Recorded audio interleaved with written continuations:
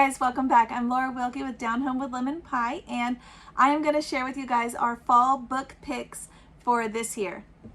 Hey guys, welcome back. I'm Laura Wilkie with Down Home with Lemon Pie, and if you're brand new to my channel, please subscribe, follow along for homeschooling tips, encouragement, book recommendations, curriculums, all the things. I do have a website linked below where you can purchase either of my two curriculums that I have created myself. So one is a preschool curriculum based on the Eric Carle books, and they do one book a week, and then you do activities and games and a snack. All of it is themed to that book for a whole school year. And it is on sale right now, so you can check it out. And then the other one is a character-based unit study book curriculum that uses the books to focus on character traits throughout the school year. So if you're looking for either of those, the link is below in the description of this video.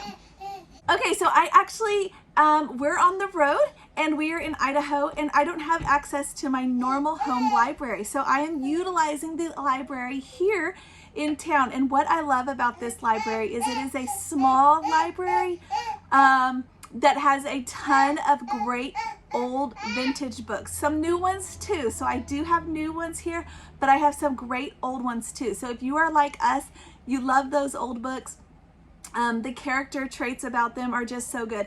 But I like to get them on thrift books. If you're looking to purchase them, the link is below. And you can also find great new books. A great link for that is Book Outlet. So if you're looking for either new or used, those are my favorite links. So I'm going to share with you guys what we picked for this year. The first one is a Bernstein Bear book, but not just any Bernstein Bear book. This is one that actually has been on my to buy list, my personal wish list, and I have not found it, but they had it at the library, so I was super excited. And this is, from what I understand, this is like the forgotten lost book, I guess. This is the very first Bernstein Bear book, and the cover is not the original cover, okay? It's the big honey hunt, and you can tell this is not the original cover because these characters, the illustrations changed, and the original illustrations for this one are right here. Look at how different the bears looked in the very beginning of their series. So stinking cute. If you are like me, you just love those children's books. This is kind of a cool one to have in your collection. And something about fall and bears, they go together in my mind. And so I love the bear books in the fall. So we've got the Bernstein Bear, the Big Honey Hunt. Super cute. This is from '62. And like I said, from what I understand, this is the very first one they made. So super cute, just their adventure to get the honey. Fun little book, and a great find if you can find that one, like with the original cover. All right guys, the next book I have for you is The Great Pumpkin Switch. This one was brand new to me. I'd not heard of it or seen it before, but I love the pictures on this one. It definitely takes you back in time to a different time period, so that's always fun. And it starts out, you've got Grandpa, and he is going to tell the kids a little story about his own childhood. And he's talking about it. It's got the, look at the little caps on the boys and the suspenders. I love that. So they're having this story. They've got this pumpkin that is their sister. She's growing it, and she's trying to earn money or earn patches for like Girl Scouts and a similar program. And she's got this little thing, this pumpkin that she's growing, and she's super excited because she says it's the biggest one. And then the boys kind of get up to no good, and as boys sometimes do, and they have an accident, and her pumpkin gets mushed and breaks. And there is this Potato Man, is what they call him. And there's actually another book, like a prequel, I guess, to this, about the Potato Man. But they go to him, and he's got his pumpkins that he's selling. They buy a pumpkin, and she thinks that it's her original pumpkin. They put it back where the plant is, and she thinks it's her pumpkin. Now, this story is super cute, super old-fashioned, but there's not like a consequence for what happened to the pumpkin. And the story just kind of ends. So that's a little awkward, but you know, you can kind of talk through that and explain what may have happened or what they think may have happened. Sometimes that's the case in those stories that are told to us from older generations. We don't usually always get the whole story, maybe just the little fun, interesting part. So that's the kind of book that one is, but it's still really cute. Okay, this one is Aunt Pitty Patty's Piggy. This is by a great author, Jim Ellsworth, and a great illustrator, Barbara McClintock. So both together in one, and this is a beautiful story. It just kind of repeats and repeats. It's similar. It reminds me of the house that Jack built, kind of, but it just goes through, and basically you have this lady, the aunt, but look at the illustrations. Aren't they beautiful? So you have the aunt. She buys this pig at the market, the little farmer's market. I think the pictures about this one are the best part. So she buys this pig, but she can't get it to go in the gate to go to her house. And it goes through all the things. And so the little girl, Nellie, goes through all these things to try to get it to come. And in the end, she gets the farmer to help her, and the pig finally comes. There's this whole chain of events that happens, and the pig comes, and they're all able to have a nice dinner. Like I said, the illustrations are my favorite part about this book, so it's just beautiful, but super cute, and kind of one of those, you know, this happens and then this happens and then this happens and then this happens, like kind of like the house that Jack built. So super cute. I like it for fall because the colors are very fall-like, and the farm, kind of that farm theme, it just feels fun. All right, guys, let's talk about Pat Hutchins. I love Pat Hutchins books, but specifically, I love the ones that have the little wooden people. There's a couple of these. There's another one called Changes, and this one is 10 Red Apples, and I love the people here. It kind of reminds me of like German wooden toys and the adventure that they are having. So you've got the apples.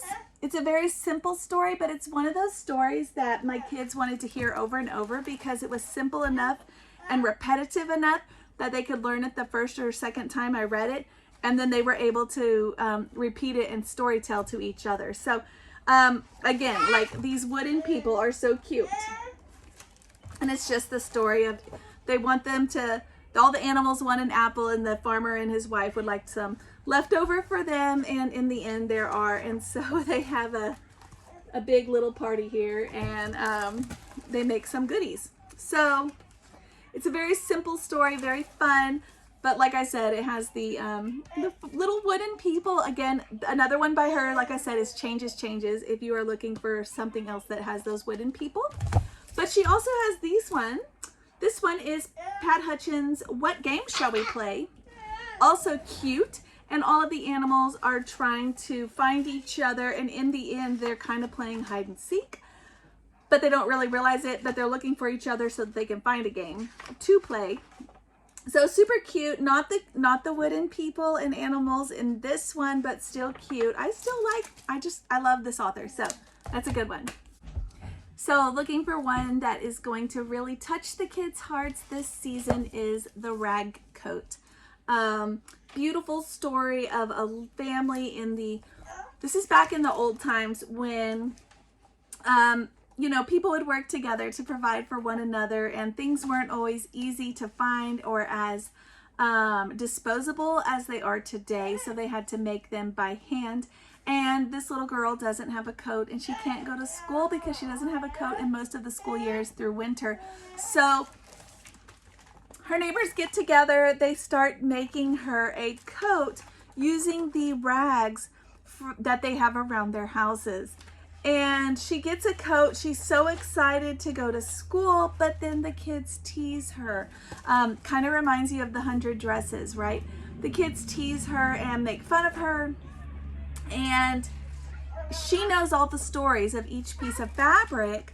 So she kind of goes and she's kind of thinking about what she's going to do. And she goes back to school. How brave is she? She goes back to school and she begins to tell the children where all the pieces of the fabric in her coat came from. And some of them are like from his baby blanket and her old dress when she was little. And so they're from all the people in the community, from their own things. And everybody thinks it's the sweetest thing. And in the end, the kids all love her coat, and it's just a really sweet, happy ending story. Shows her bravery through that event, and the kindness and the tenderness, the community, all of that. So it's a great story for that, for teaching character. Rag coat. Okay, God gave us thankful hearts. I love these books. There's a whole series of these by this author, the whole bunch of them, and they're all so good. They're so well done. They are little books for little ones like preschoolers or even early elementary, but they explain things very well, and they're not too fast. Okay, so it has more than 3 or 4 words on each page, so they're really, really well done. And this one is talking about being thankful. I love, obviously, the God aspect that has been presented within this, and it's talking about just the changes through fall and the things that are changing in their lives, and it's just beautiful. You know, here it even says we can be thankful for this last bit of autumn and time together beside this beautiful river, even if we don't catch fish. So it kind of shows you how you can be thankful for things even when they aren't going well for you. I don't think those things are being taught in a lot of our communities today, so I think that it's something that's highly necessary. We can be thankful for how God shows us the way even when it's a little scary. And they're just going through their fall lives, doing all the things for fall, but enjoying each other's company and just talking to their kids about God and the way God is.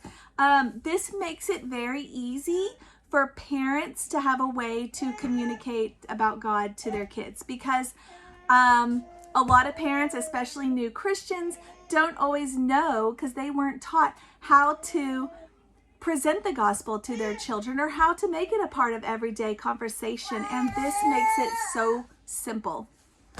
All right, guys, let's talk about pumpkins.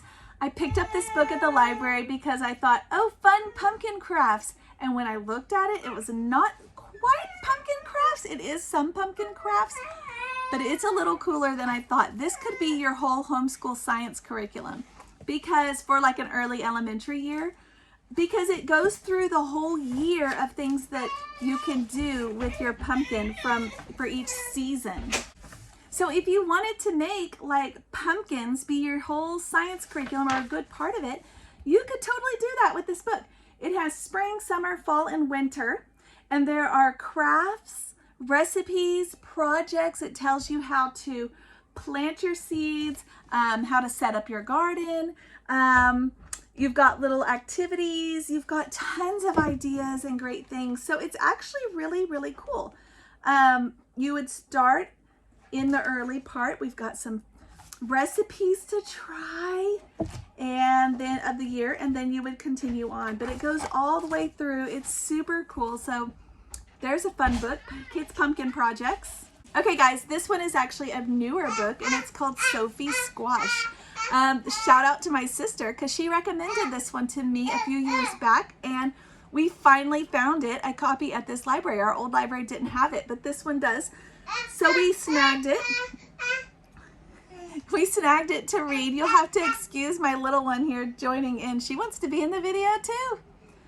But anyway, we snagged it to read this time, and it's really cute. So this little girl, Sophie, gets a squash, and it kind of becomes her little pet, kind of, and she takes care of it. I don't love the illustrations, but the story is really cute. And it's kind of her pet because she doesn't want to get rid of it. And what happens is she ends up leaving it outside to go to bed. And it snows and she can't get to it. And when she can finally get to it again, it has started to grow And now her little squash is becoming a plant, and then her squash has little babies that she can hold and take care of and love again the next year. So it's super cute, like I said. All right, guys, the next one I have for you is the apple pie that Papa baked. This one is just like the house that Jack built, where each piece builds upon the other. But we have Papa's pie. We have the pictures in this kind of color tone with the monotones and the red apples. This is the tree, crooked and strong, that grew the apples juicy and red, that went in the pie, warm and sweet, that Papa baked. Super cute, right? And it goes on and on and on and on. So the kids can start by the end of it, repeating it and saying it with you. It's cute. It's just one of those fun ones about apples. All right, guys, the next one I have is a really sweet story, and it's called Finding Winnie, the true story of the world's most famous bear. And it is super adorable. It's about a soldier in Canada, and he's actually a veterinarian, and he's tending horses in World War I. And he's going to be going up to the war, and he finds this bear, and he ends up taking the bear with him, and he takes the bear with him to his service, and it's really sweet. It's really sweet the way he goes about his whole journey through the military. And then the bear ends up going to the zoo. But the story's not over yet. You have kind of like a meanwhile section where you've got a little boy and he has a bear. Does that bear look familiar? And he doesn't know what to call his bear. And he goes to the zoo. He sees this bear, and this bear's name is Winnie, because that is what the man had named it previously, after where he had grew up or where he lived, Winnipeg. And so he ends up naming his bear Winnie, and has all kinds of adventures with his bear, which you know as Winnie the Pooh. How cute is that?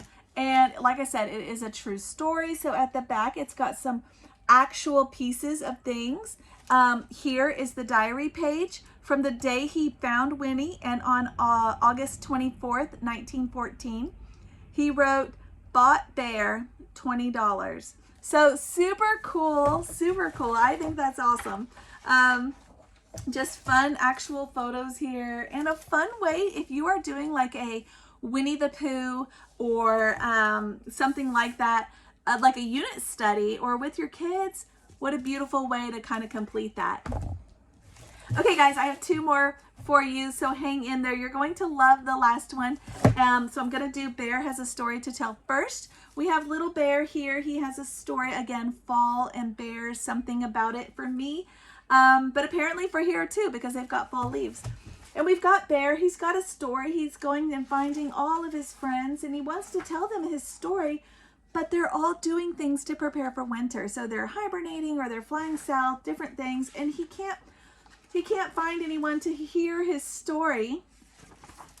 And finally, he finds somebody, and when he finally finds them, he cannot remember the story himself and goes on to sleep.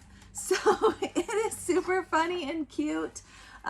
Just a fun, gentle one to welcome in winter and to talk about hibernation with the kids. Okay, guys, I knew you would love this one. This is one that I loved years ago. I read it when my oldest, who is in 6th grade now, when she was in preschool, we read this one together. We just happened upon it at the library, and ever since then I have loved it. And I don't actually own this one. So this is one I need to own, so this one is the Huckabuck family and how they raised popcorn in Nebraska and quit and came back. Super cute. Have you read this one? It is a great story for fall. It's about corn, and you're gonna love this. You are. It's hilarious. It's heartwarming. It's great. Like I said, great for fall. It will touch your hearts like none other. Here you can see popcorn has covered the entire town. So it is wild what happens. how the story progresses. You're going to think it's great. Anyway, it goes through all of that, how they became corn farmers, and what their experience was with that. I love that this isn't all, we were perfect corn farmers from the beginning. You can see their mistakes and their pitfalls and how they grew from that. So yay for that. Thanks for watching, guys. If you haven't, like I said, please subscribe. Tell me what your favorite books are for fall. What are you guys reading with your own kids? What books are you loving? Which books do you read every single year? Leave me a comment below. I would love to know what books. And if you are interested in other books, I will link in the description the books I have done in years past, which are also great reads, if you are looking for additional ones, or maybe you've already read these. Thanks for watching, guys, and I'll see you guys next time.